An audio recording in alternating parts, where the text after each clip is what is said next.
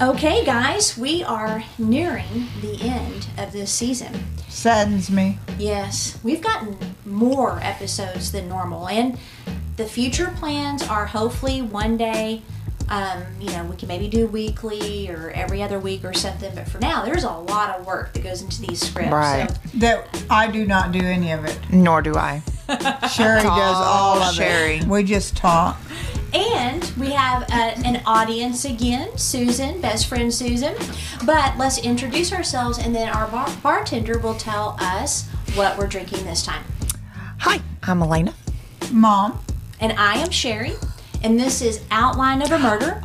And by the way, Mom knows saying I ran a half marathon sounds so much better than I quit halfway through the marathon. That was ridiculous. Why can't we do? Next season? Can we do? Nope. Can I do daughter one? Nope. Anyway, Okay. So what is this one, Elena? So this is my favorite New Year's Eve one, and it's Prosecco, Champagne, Brut, what have you. I put cranberry juice in y'all's. I like mine without pomegranate, and it has pomegranate seeds and a sprig of rosemary. Okay, here we go. Taste test.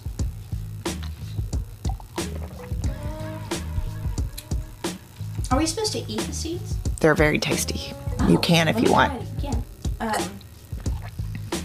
By your I'm gonna face. put the bush back. Went up my nose. Every single time It went you up have my nose, I'm just rude, saying. vicious comment. The bush, like you have No, I don't. tree in The the seeds top. are not She doesn't like it. delicious.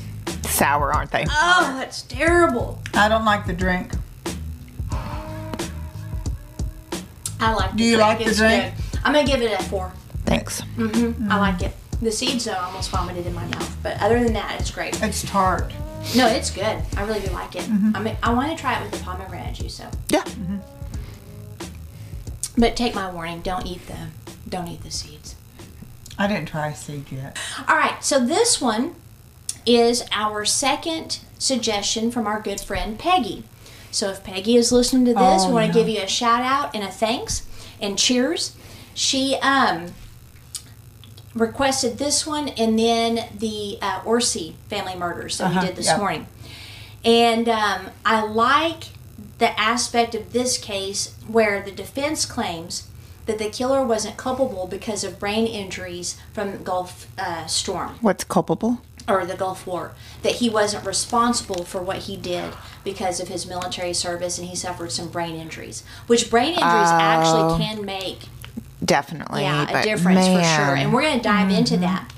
But I just wanted to say thanks to Peggy for, she followed our guidelines, which in the seasons, we only do cases that can help other people's by breaking them down. In our mini-series, we always do just true crime because we enjoy it, which I'm thinking we might tackle some serial killers for the mini-series. I'm not sure. Maybe All right. some local cases as well. Okay, so this one, this lady right here is Tracie McBride. It's another Texas case. On the evening let me first tell you where it takes place at. Goodfellow Air Force Base in San Angelo. 19-year-old private, so let me pull up her picture here. Tracie McBride had been sent there for 2 weeks of training for some advanced intelligence training. She joined the Army to fund her college education, and in the future she wanted to be a music teacher. I didn't know it was the same girl at first. It is. So that's her It's so high different. school. Yeah. And she's got, it looks like she colored her hair a little bit. Like she's got dark hair and she has some red tones. And then this is her as well. And then this is her in the Army. So you can tell she looks like a very nice, sweet, positive person. Lot of She fun. looks excited. Oh, yeah. Yeah. She's definitely excited. Proud. Now, my dad was in the Marines and you didn't smile like that. No. You know what I'm saying? You got to look like you're Tough. I think she was like you're a excited. machine, not happy to be in the military. And so on the day of, day 10 of her training, so this is February 18th, 1995, Tracie was actually talking to her friend who lived in Minnesota, because that's where she was from, on a payphone in the base laundry area. Okay, so you would expect you're on a military base, you're doing your laundry, that's the safest place you can be. Yeah. That's what you would expect. Now, since then, it's come out how many women are raped and murdered, especially I think it was Fort Hood, isn't it? Yeah, Fort Hood. So in the middle of her conversation, her friend heard a male voice and heard Tracie's voice talking, but everything was muffled, so she wasn't sure what was going on, but it sounded like someone had put their hand over the phone. And for those younger listeners, payphones are what old people like us used to use before cell phones. You know, you would put a quarter in and you would make a phone call. I get very excited when I still see those. Of course, the phones are ripped out. Right. Yeah. But right. Yes. We saw them, didn't we? In London, we saw them. I love the phone boxes. And a quarter, you could talk. You know, that was back in the day. Yeah. And so the hand sounded like it was over the receiver. I'm not sure if the friend heard her cries and some scuffling, but 2 male soldiers did. So they come running to help Tracie, and the assailant knocked one of them unconscious using the butt of a handgun. Oh. I don't know what happened to the other soldier, but somehow he was able to abduct Tracie McBride from a military base and disappear. So a frantic search was launched with no luck. Aren't military bases guarded at the gates? Mm-hmm. So it had to be someone inside. Now, how guarded they were back then, I don't know. Oh. I mean, they had guards, yes. But, like, you know, where I live, we have a base. And it depends on the height and level. So our base, all we do is kill terrorists. And if there's heightened, you know, like the colors that we have for when our country is at risk, no one gets on the base unless they're supposed to be there. Other times, you can get on if you have, like, someone that knows, and they'll get you a pass, and they'll tell the guardhouse that you're coming, things like that. You just can't walk on. You cannot walk on. But in the past you could. Oh. Yeah, so I mean, they would just look at your ID, they'd ask you what you were there for, and you were on the base. In fact, I got in a wreck on one. On the base where we lived, I hit a tree. Oh. Yeah. Okay, that's a story for another time. Yeah. Right. But back then, that's what we did. We literally went to the guard station, we gave our IDs, told them why we were there, and they let us on. So they either did that, snuck on, or they You were... can't sneak on. So they did that, or they're in the base already. Yeah. Now, the suspect, so on March 1st, 1995, so this was February, the San Angelo Police Department arrested a Louis Jones, Jr. So here is a picture of him. I think I sort of remember this. So he has a military uniform. Yeah. That's how he got on. Yeah. Okay? He looks older. Actually, they arrested him in an unrelated incident. His ex-wife, Staff Sergeant Sandra Lane, had filed a sexual assault complaint with the Air Force's Office of Special Investigations, or OSI. She alleges that on February 16th, so Tracie was taken the 18th. On February 16th, Jones kidnapped her, made her take money out of her bank account, and sexually assaulted her while she was at his house. That was his wife? Mm-hmm. Yep. Okay. So the case is kind of familiar here. Like, right. Okay, we've got this military young lady that has been taken and kidnapped. This guy kidnapped his wife. They're wondering if he had anything to do with Tracie's abduction, which was smart. The detectives were on top of their game. Because you hear of where they arrest someone, they're all, what? And they don't even connect them to the murders when they actually have them there for something very, very similar. So after he was, so he did that to his wife, and then he was still in the military? No, this was just 2 days. This was 2 days later. Okay. Or 2 days before. Oh, So okay. 2 days before, he did that to his wife, and they have the report, and then Tracie disappears, and obviously they feel she's kidnapped, and they're thinking, could this guy have done that to Tracie like he did to his wife? Like, because they don't know where Tracie is yet. They're just thinking, hey, we had this complaint against this guy. Could he be connected to Tracie because his wife worked at the base? Oh, so they got him and talked to him. Mm-hmm. Okay. So he confessed to killing her, and then he led authorities to her body. So here's what he did.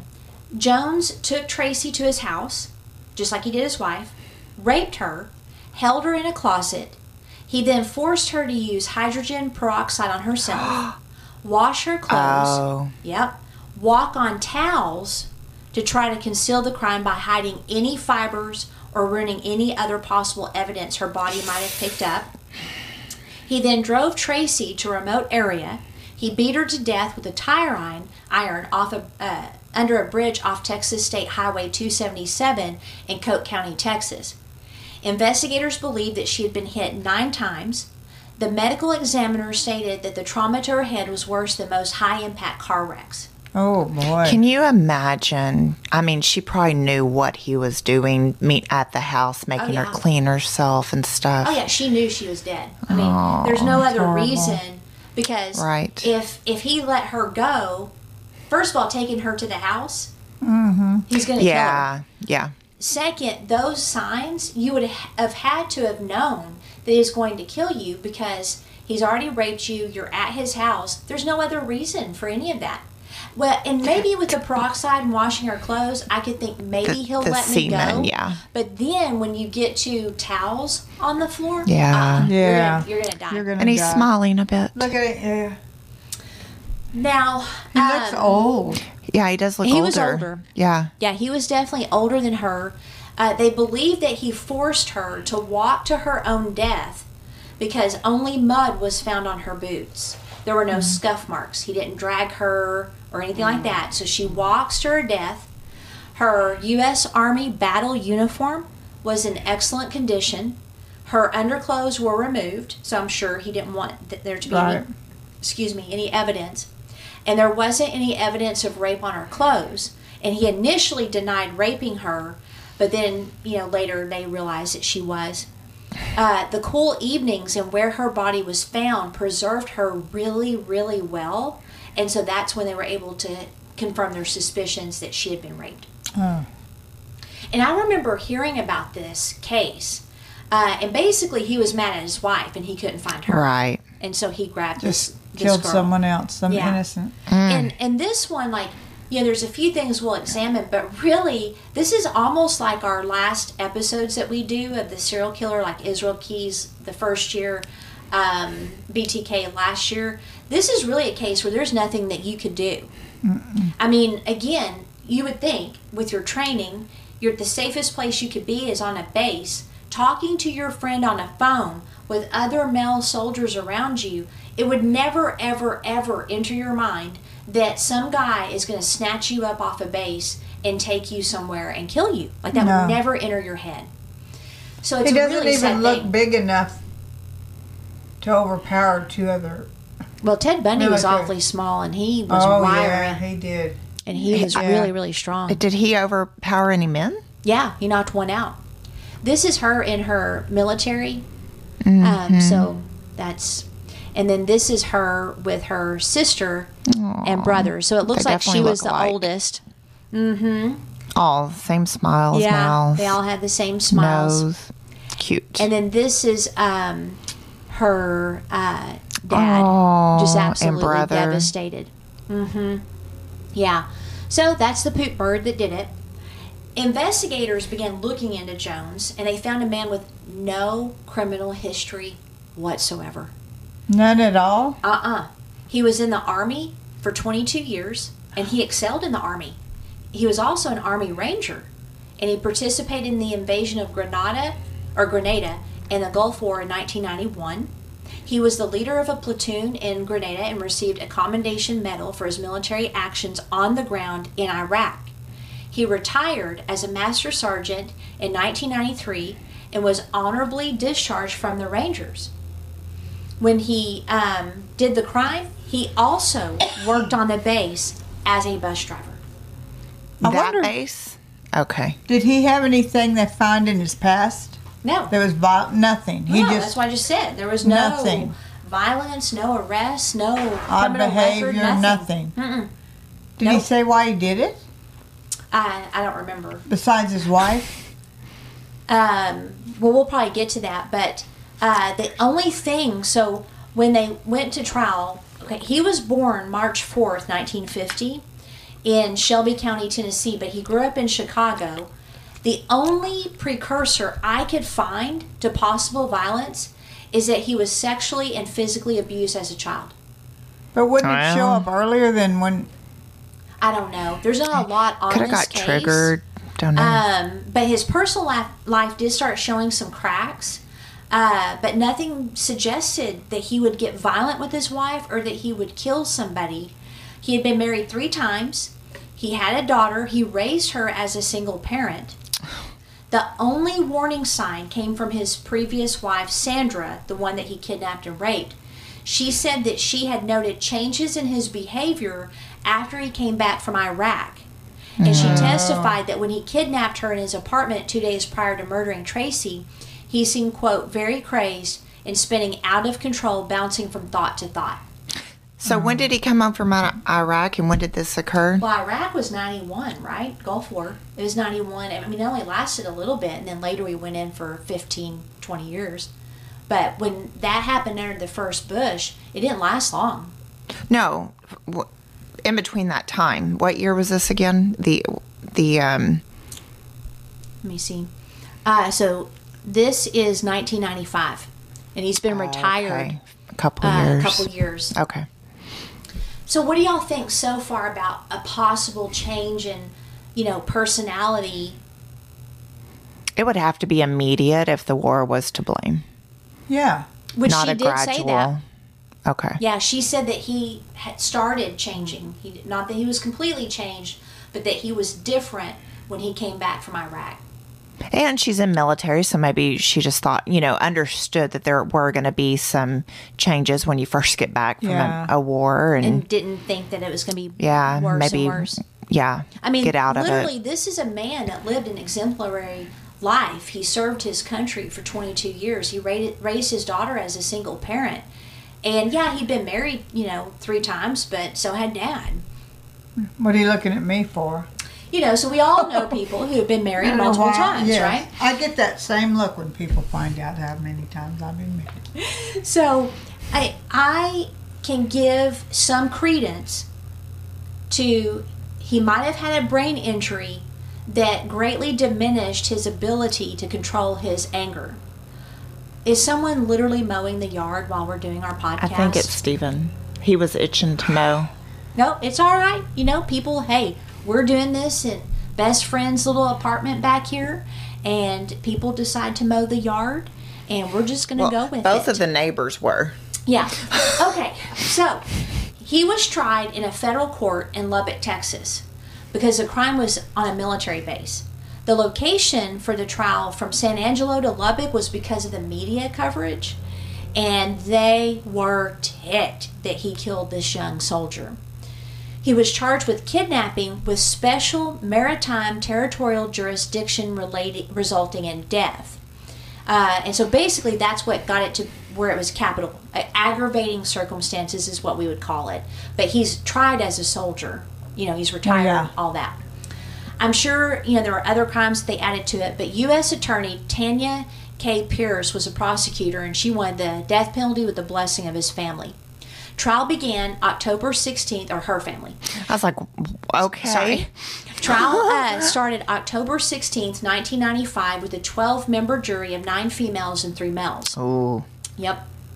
The defense tried to prove that Jones committed the crime due to trauma he received from his military service, specifically Gulf War syndrome, and they were going to dive all into that. But they had doctors prove And that. supposedly they had evidence that they showed the jury that he had brain damage, but the jury didn't buy it. Well, He was that was way convicted. back then. Yeah. October 23rd, after 65 minutes of deliberation. Whoa. Oh, boy. And now is the time to decide if he should die.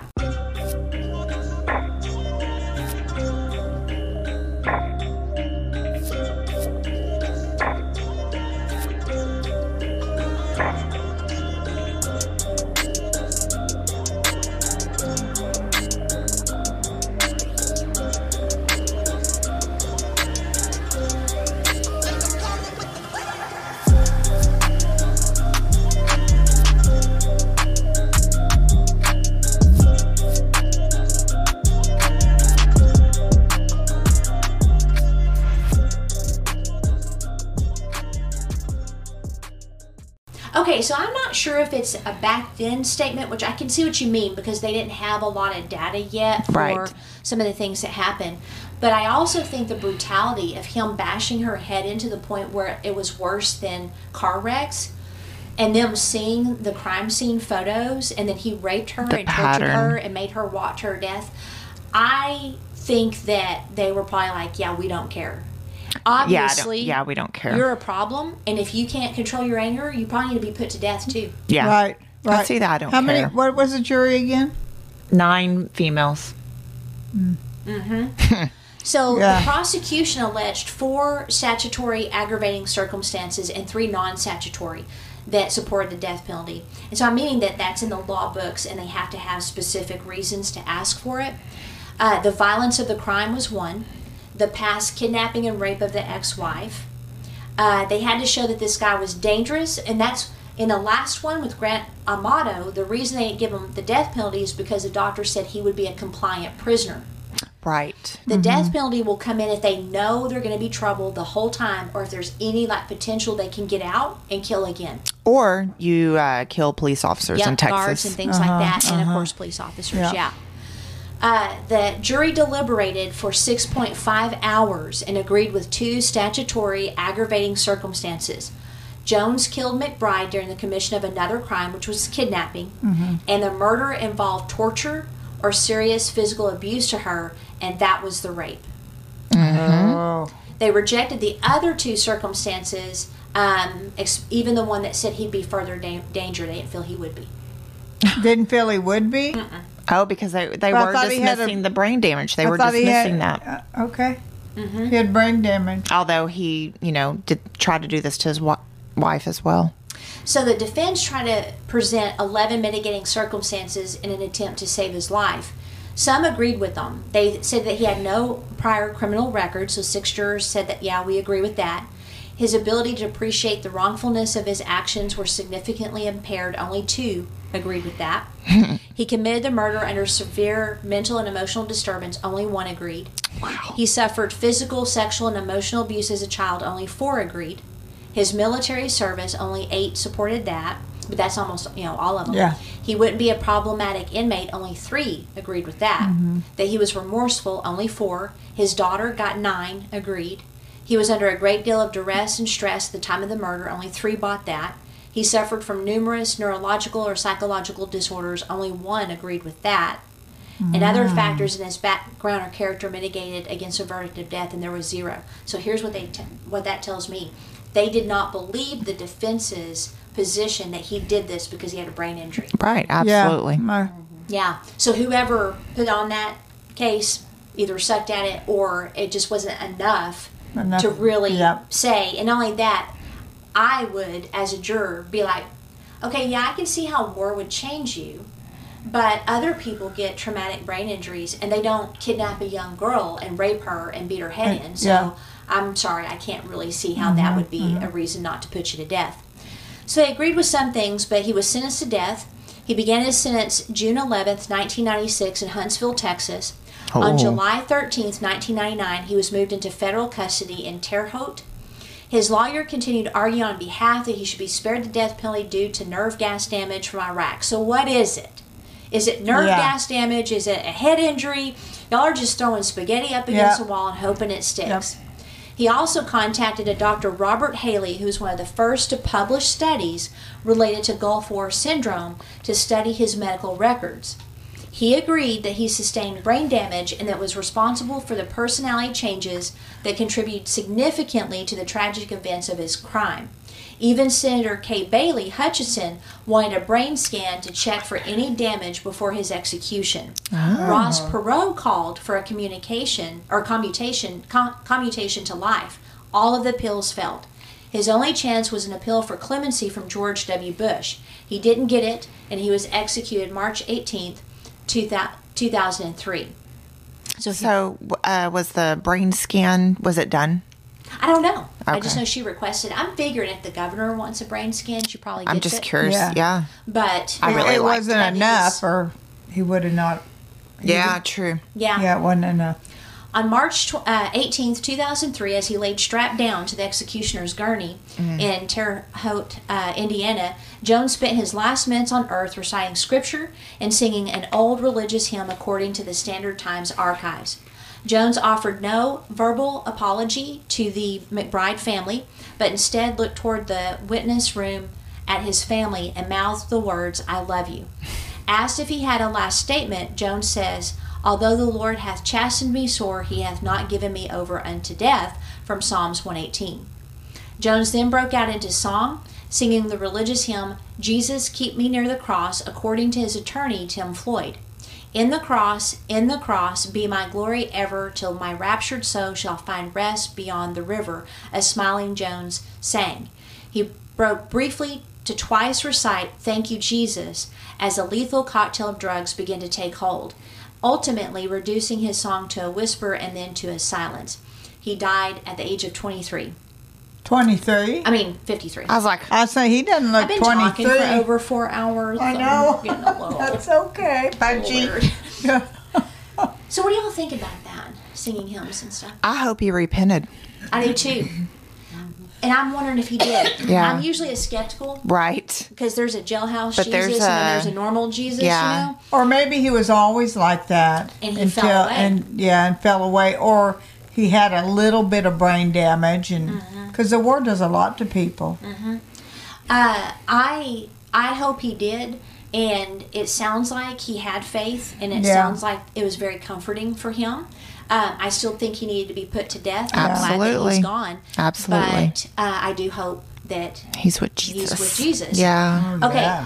so real fast, I had to look up the Gulf War syndrome because in '91 I had just graduated, and all of that went down that summer. Yeah. And I was trying to figure out if there was any violence associated with Gulf War victims because I hadn't heard of that.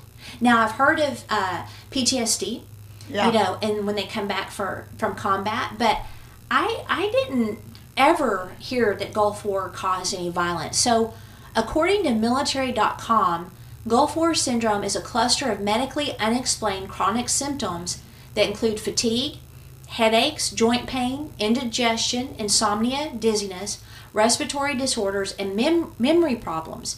The VA refers to these illnesses as chronic multi-symptom illness and undiagnosed illness. It was first reported by Gulf War vets, and I remember when that started coming out on the news. You know, people were starting to So talk about it. you don't think that would cause anyone to kill? I mean, is that what you said? No, I hadn't heard of any violence associated with it. And when you look Oh. at the symptoms, it's They're fatigue physical. and headaches and Yeah, stuff. physical. But now they find it is possible Well, that's what when I'm you have talking it. about. Yeah. I don't know. I don't know if they do, but it's I mean, in my like- notes. Look at what that guy in Stephenville. But that wasn't He had. Gulf War syndrome. That was PTSD. Yeah. Yeah, they're two totally separate things. Okay. Yeah.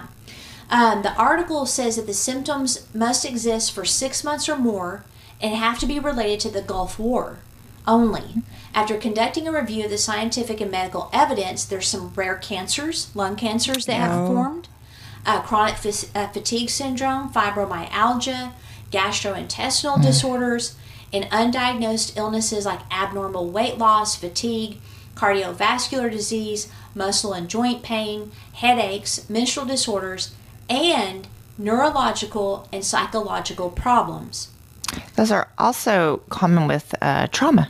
Right. And then, of course, they have like sleep disturbances and things. So what they believe is that these vets were exposed to chemical and microbiological agents as well as the psychological factors of being in war. Operation Desert Storm, though, only lasted 100 hours from February 21st to the 29th. But by January of 92, I don't know why I thought reports it was longer. of those unexplained and unusual illnesses were coming forth. And I remember the VA was denying that anything was Right. going on. Isn't that when was that wasn't Agent Orange? No, That that was was Vietnam. Vietnam. That was Vietnam. Yeah, they had to test Dad, make sure, Oh, they and see did? if he was exposed. Dusty's dad died of that. Wow. So the Mayo Clinic cited an Iowa Person Gulf Study group that found significantly increased increased rates of asthma and psychiatric illnesses with those soldiers, depression, PTSD, alcohol abuse, anxiety, and sexual discomfort, and poorly defined medical conditions.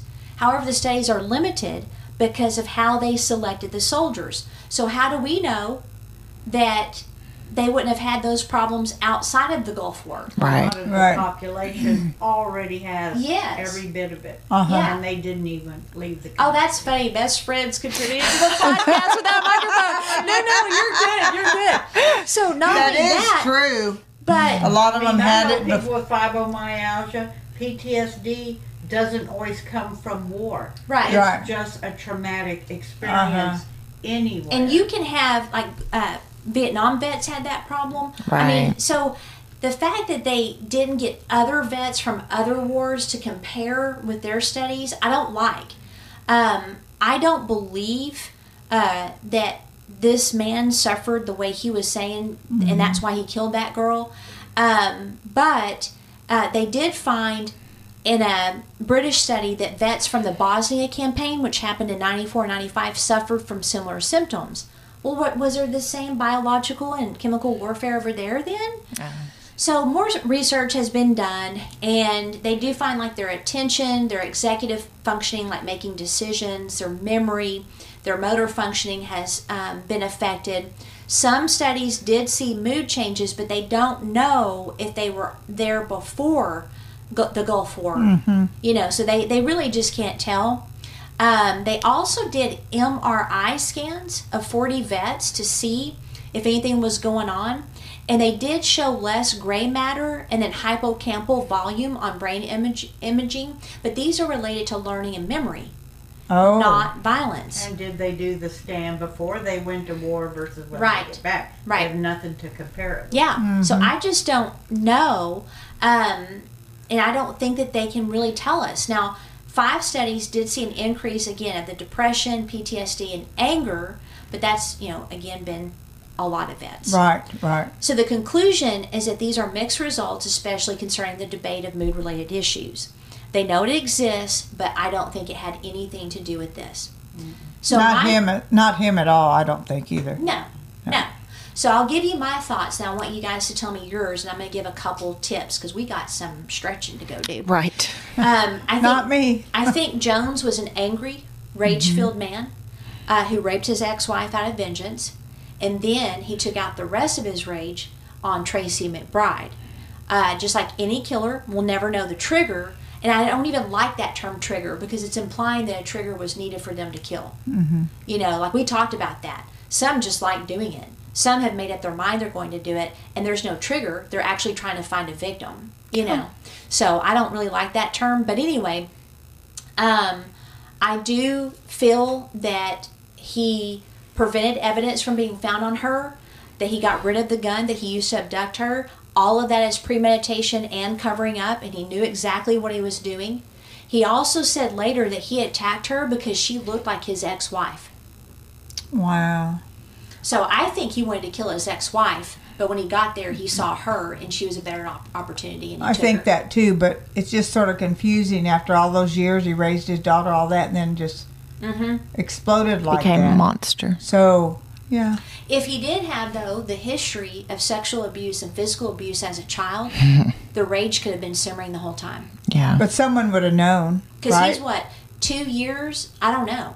But he's like 2 years post-retirement. Retirement can be very traumatic for people. Yeah. And so he retires, and then could the military life Yep. have kept him in check? And it was very good for him to be, you know, in that strict, Structure. ordered, and structured That could be environment. too. Okay, so here's what I want to end with. This is one of those cases where Tracie was at the wrong place at the wrong time, and there might not have been anything that she could have done, you know, to save her life. But I was really thinking about this because, you know, I went back to all the things my dad taught me, and I was thinking about other cases, and I just want to give these tips. Now, whether it would help someone, I don't know. But Tracie was on the phone. The minute someone grabs you, don't scream. Yell out the description of the perpetrator. give what their ethnicity is, what their hair color is, their What they're height, wearing. their weight, what they're wearing, whatever you can get out and where you're at.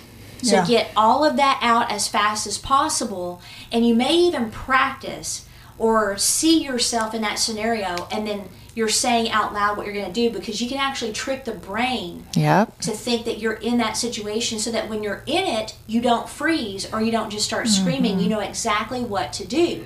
So it's kind of like we discussed when we were in Alabama, and my dad had always told me, if anyone ever takes you, Lillian, you always say, you are not my parent. He said, don't scream, because they're going to think you're a kid that's being a turd. So sure enough, and he also told me, if we're at a truck stop and anybody tries to take you, every trucker in that place will stop what yeah. they're doing, and they will protect you. And I said, okay. And so sure enough, I'm in a truck stop in Alabama, and a guy comes in there, and he makes a beeline for me, and he says, you want to go to California with me? And I said real loud, no, I don't want to go to California with you, because you're not my parent. And I said it real loud. I was like 16 or 17. And it exactly like he said. Every truck driver set their thermos down, set their coffee down, and they started walking toward that guy, and he saw it, and he took off running. So because he drilled it in my head from the time I was little, it happened. So that's why I say practice. Also, again, she's on a payphone. I don't know, like, was her back to her surroundings? Don't ever do that. Yeah, but sometimes I have been driving and people have been on their phone and just walk right in front of me and don't look. Well, that's because you're what not we're- paying Well, attention that's what I'm saying, whether yeah. her back's Be to him aware. or not. But Be this was a aware. payphone. So back to this situation, I don't know how her back was, but if you're on a cell phone, I don't care where you are, especially if you're a female and it's at night, you don't want your back to what's going on No. around you. Get so you off the always phone. want to be aware and don't have your head in your phone as you're walking. Yep. Right. A lot of people have died that way. But research has also shown that predators look for victims that are nice, unaware, and walk and look like a victim. So communicating very clearly that you're aware of your surroundings can save your life, which Yep. I've Right. had that happen before. And the final thing is, if you know, like it's already too late, you're taken, get DNA.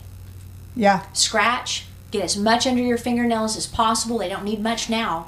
And many victims have played a role in, even from their grave, in Yeah. catching their killer. Yeah.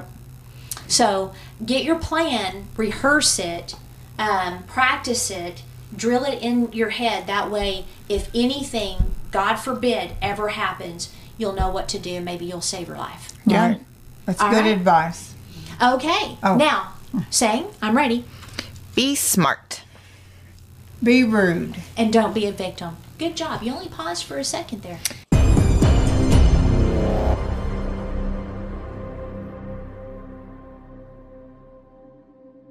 Outline of a Murder is a Mr. Joseph production. What do you think, Joseph?